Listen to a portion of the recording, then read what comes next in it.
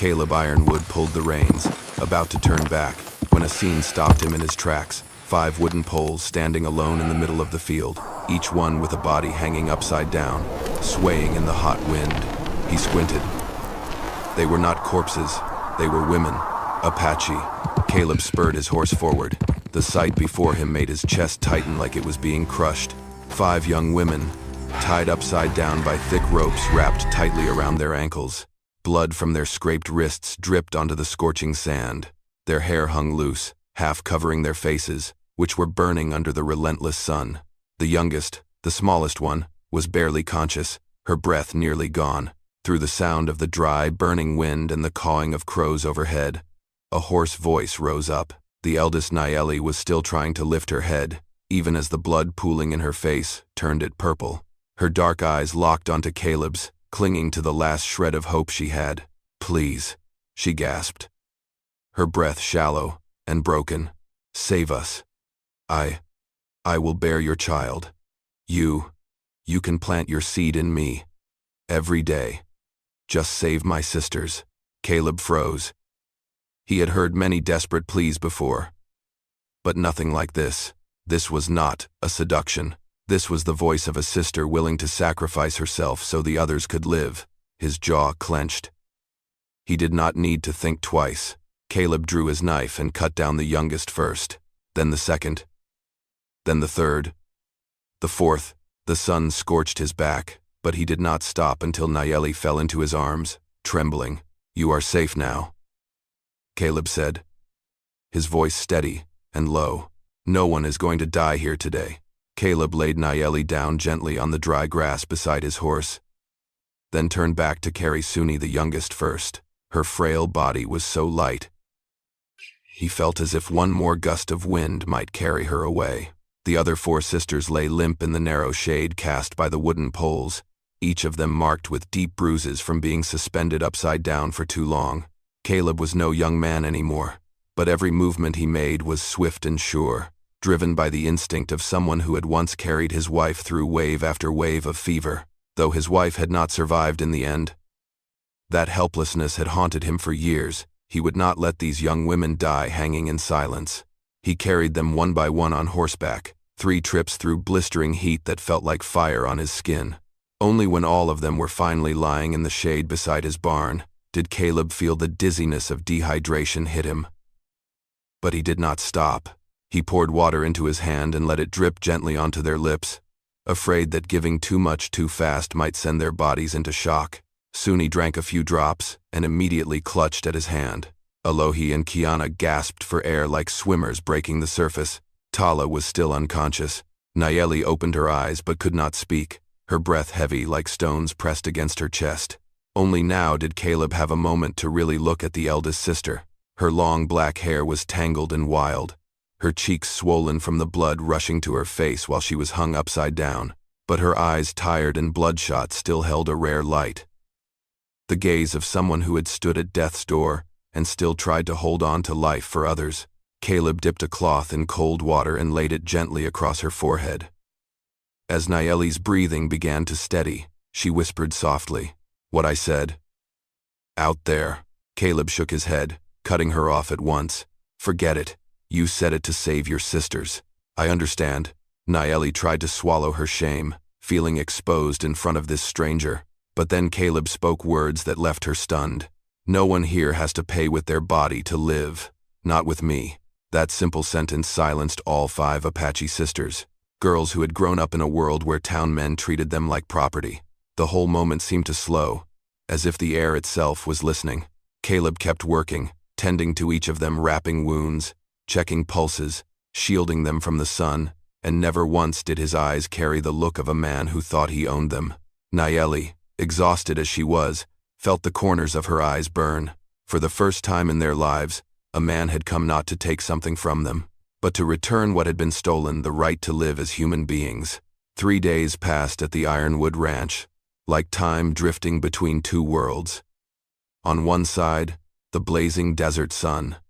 On the other, the gentle warmth of the man whose hands had pulled them back from death, hanging in that open field.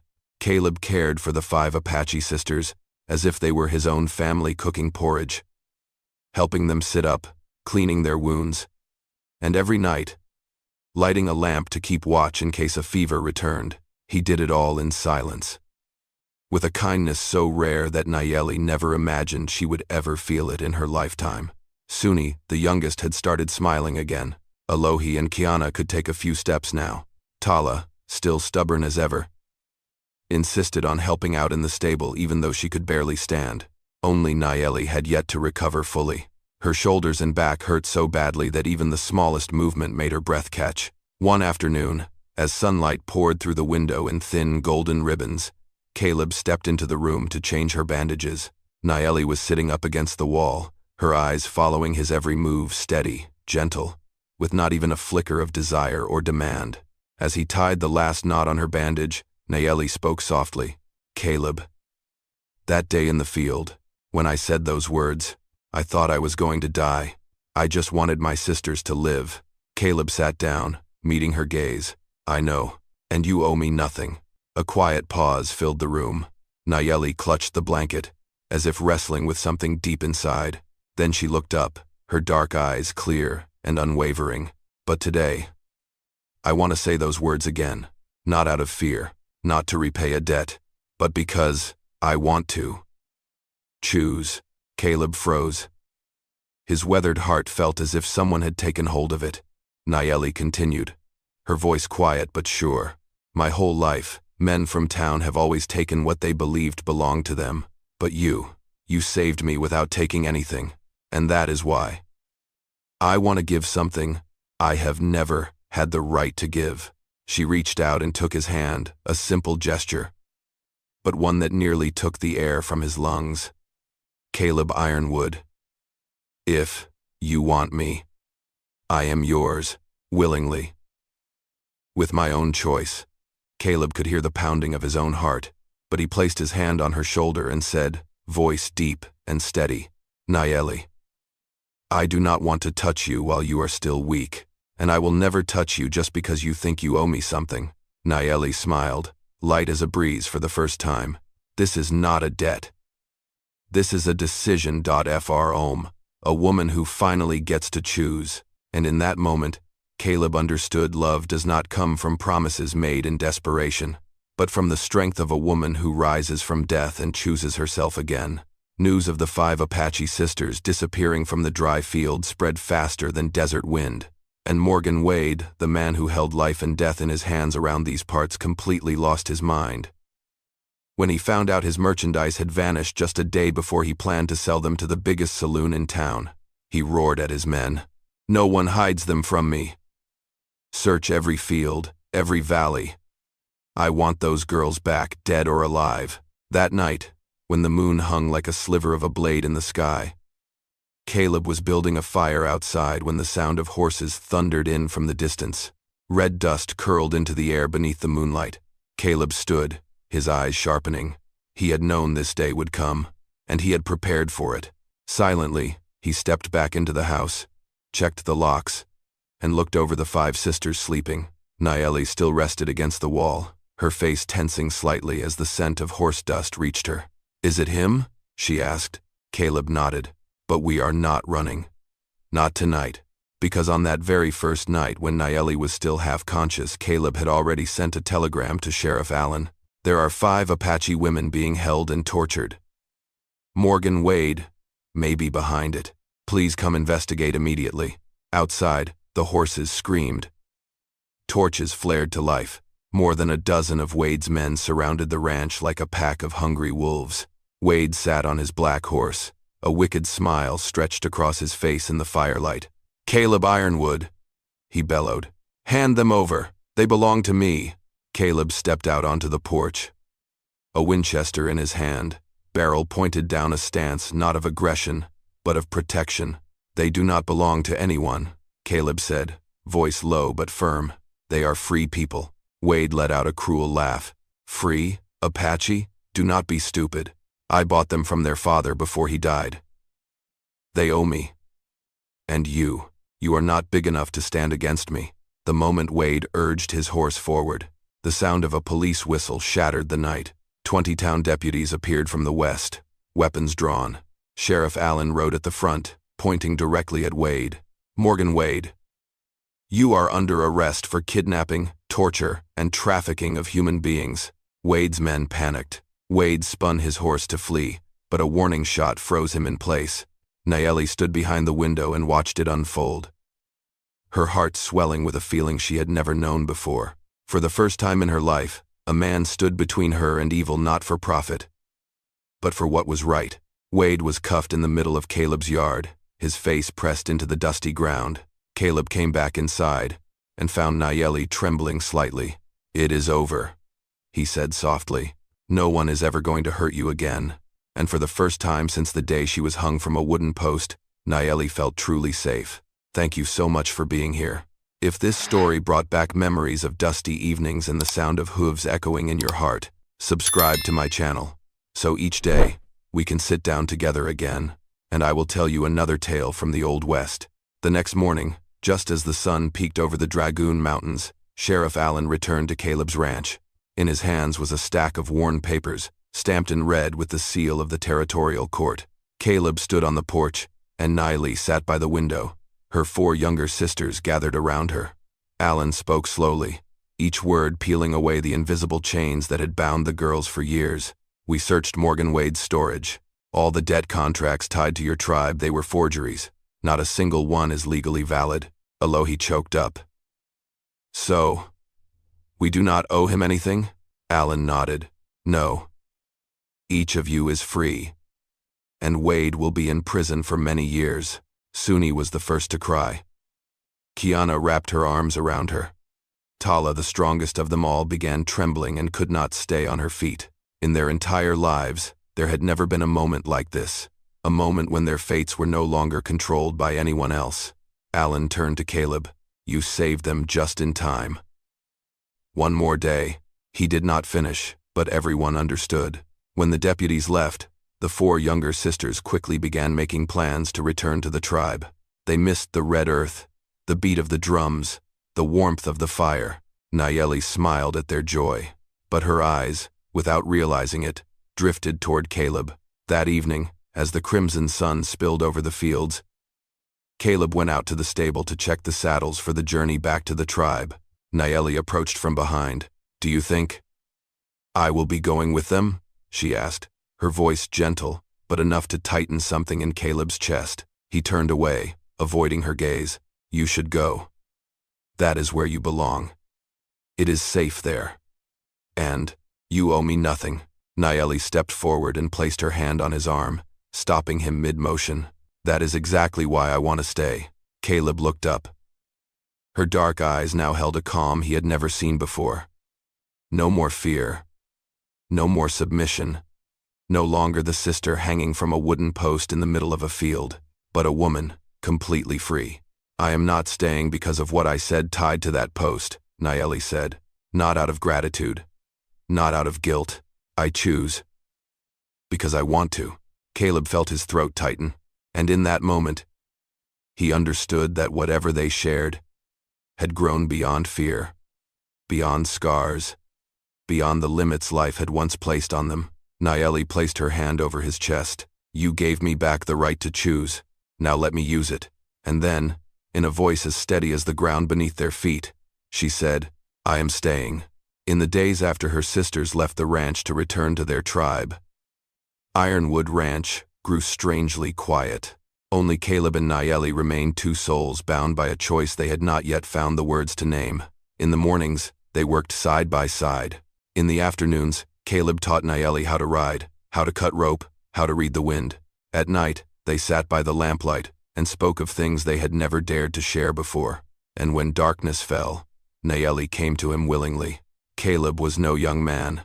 He was 50 years old, had spent his life doing hard labor, and his heart had once been fractured by the death of his wife. But the fierce and gentle strength of Nayeli and the new love growing between them was something he could not deny.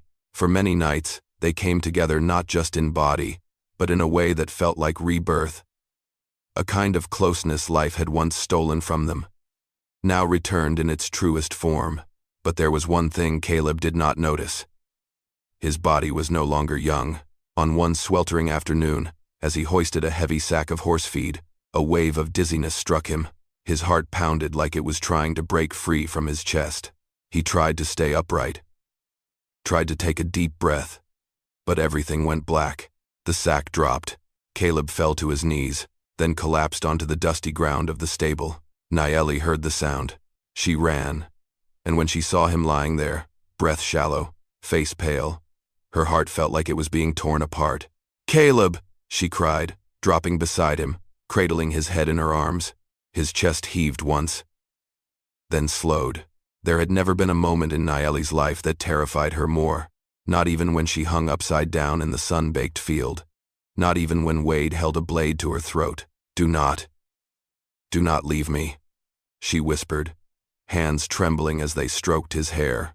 "You saved me from death. Do not make me watch you die." She pulled him from the dirt, rested his head in her lap, pressing her ear to his chest. His heartbeat was weak but still there. Tears streamed down her face, falling onto his dust-covered skin. In that moment, Nayeli understood one thing with painful clarity. If Caleb died, she would lose the only person who had ever seen her as fully human. She was no longer the woman who once begged for her sister's lives with a broken voice. She was now someone begging fate itself to let her keep the man her heart had chosen. Nayeli lifted Caleb into her arms, trembling yet resolute. And that night, for the first time, their roles reversed completely. From the one who had been saved, she became the one who must save. Caleb remained unconscious for hours. The small room was lit only by the flicker of an oil lamp and the faint, thread-like sound of his breathing. Nayeli did not leave his side for even a moment. She wiped the sweat from his brow, pressed drops of water gently to his lips, and kept her hand on his chest to feel the weak, fading rhythm of his heart. Through the endless night, she spoke without pause, as if stopping for even a second would let fate rip him from her arms. "Caleb, you have to listen to me. I am strong because you are beside me. If you leave, who will teach me to ride? Who will help me fix the stable door? Who will look at me without judgment?" She bowed her head against his chest, her shoulders shaking. Never in her life had Nayeli been so afraid. As dawn approached, Caleb stirred slightly. His eyelids fluttered before slowly opening. His vision was blurry, but then he saw the face of the woman so close to his eyes, filled with tears, yet burning with life. "You are crying?" Nayeli let out a soft breath, half laugh, half sob. "If you can still ask that, then you are not dead." Caleb tried to move, but she placed her hand gently on his chest. "Do not. You are too weak. You pushed yourself too hard. And, for me," Caleb gave a faint, sheepish smile. "I just wanted to keep up with you." That simple sentence made Nayeli's throat tighten. She sat beside him and held his hand tightly. "You saved me from death, Caleb, but if you had died because of me, I could not bear it." He looked at her, his eyes softening. "Nayeli, I have no regrets. Not for a single moment." In that moment, every wall Nayeli had built came down. She told Caleb everything she had never told anyone, about the night her father died, about the debt that was forced on them, about the men in town who had looked at her like she was something to be bought, and finally, "You are the first man who did not touch me because he thought I belonged to him. You touched me because I wanted you to." Caleb raised a trembling hand to her cheek. "Nayeli, if there is anything I fear, it is hurting you." Nayeli leaned forward, pressing her forehead gently to his. "You have never hurt me. You showed me that I have the right to choose the one I love, and I choose you." In that simple room, there was no more illness, no more old pain, only two souls, once crushed by life, now leaning into each other just to breathe.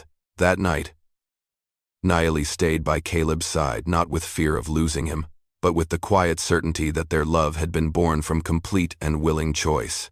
As the days passed and her sisters returned to the tribe, Ironwood Ranch settled into a deep, quiet calm.